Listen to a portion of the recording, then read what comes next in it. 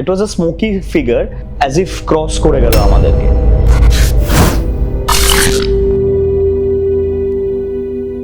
করি, করেছি। Life after death, এটা খুব ইন্টারেস্টিং একটা সাবজেক্ট। আমি নিজেও ভীষণভাবে জানতে চাই এই বিষয়টা নিয়ে, what is life after death. এবং ট্রাস্ট মি, আমার ঠাকুমা, আমার দিদা, ওনাদের কাছ থেকে প্রচুর গল্প শুনেছি, ছোট ছোট খুব জিনিস আমি এক্সপিরিয়েন্স করেছি। হ্যাঁ, এটা বলা অবশ্যই খুবই ডিফিকাল্ট যে হ্যাঁ ও সেটা ভৌতিক এক্সপিরিয়েন্সই ছিল নাকি যে এক্সপিরিয়েন্সটা করেছি সেটা ভৌতিক এক্সপিরিয়েন্সই, এটা অবশ্যই ক্লেম করাটা ডিফিকাল্ট, বাট এক্সপিরিয়েন্স করেছি, that was scary.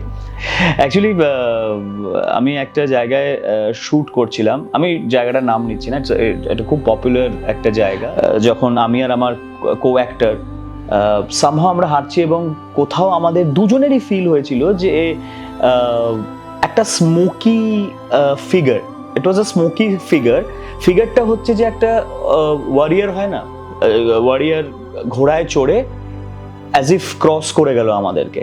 And trust me, আমি গুগল করেছিলাম তারপর, and that place was actually খুব পপুলার, ইন্ডিয়ার টপ 5 হন্টেড প্লেসের মধ্যে।